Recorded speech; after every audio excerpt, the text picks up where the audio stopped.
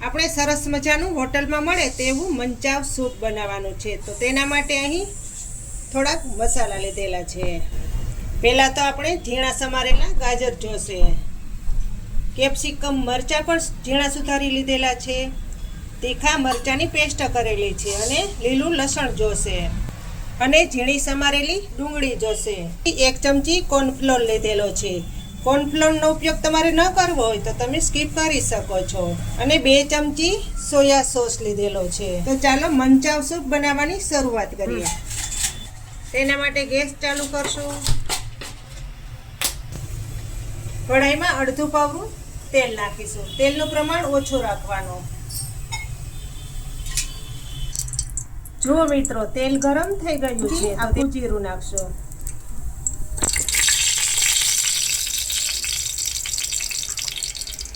એક ચૂટકી જેટલી હિંગ નાખશું। હવે તેમાં ઝીણી સમારેલી ડુંગળી નાખશું।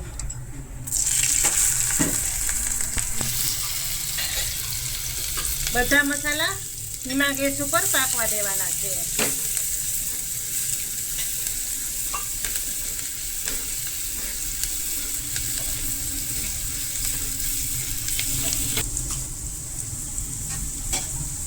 થોડીક આપણે 2 ચમચી જેટલી તીખા મરચાંની પેસ્ટ નાખીશું। ગેસ ફૂલ નથી રાખવાનો, ધીમા ગેસ ઉપર જ પાકવા દેવાના છે બધા મસાલાને। કેપ્સિકમ મરચાં નાખશું, ઝીણા સમારેલા,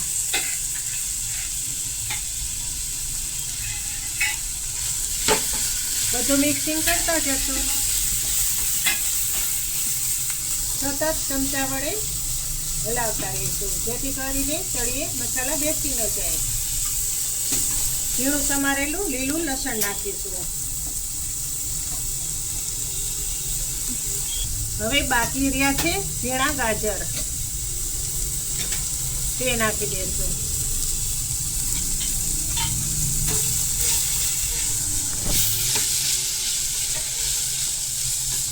ધીમા ગેસ ઉપર જ બધા મસાલા સરસ રીતે પાકવા દઈશું।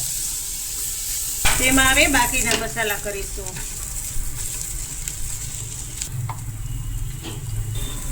તેમાં અડધી ચમચી નમક નાખશું। બધું બરાબર મિક્સિંગ કરતા જઈશું।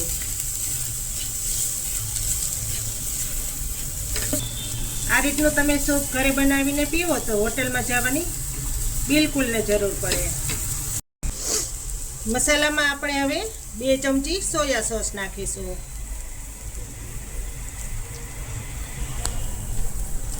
મિક્સિંગ કરી લેશું। પાણી નાખીશું। આપણે 3 ગ્લાસ પાણી નાખીશું, કમસે કમ અડધો લીટર।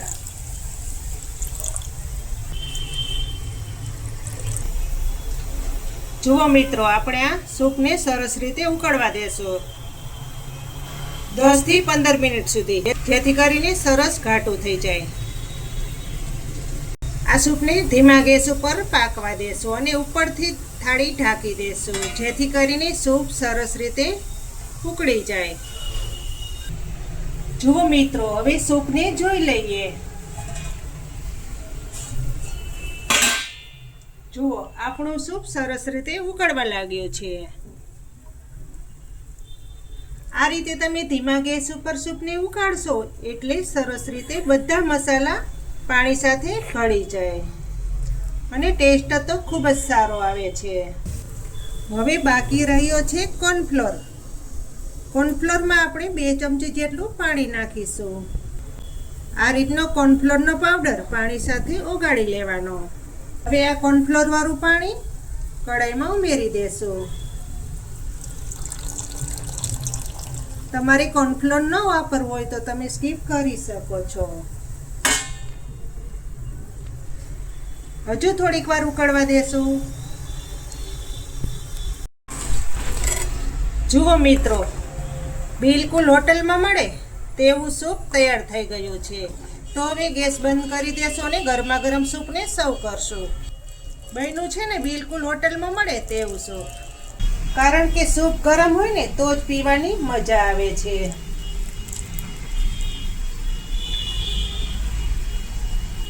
આ રીતનું સૂપ તમે ઘરે ચોક્કસથી બનાવજો, હોટલમાં જવાની પણ જરૂર નહીં પડે.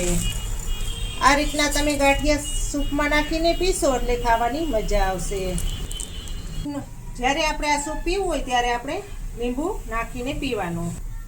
તો તૈયાર થઈ ગયું છે મિત્રો હોટલને ટક્કર મારે તેવું મંચાવ સૂપ. આ સૂપ તમે લીંબુ નીચવીને પી શકો. ખટાશ થોડીક વધારે હોય સૂપમાં તો સૂપ પીવાની મજા આવે છે અને ટેસ્ટ બમણો થઈ જાય છે.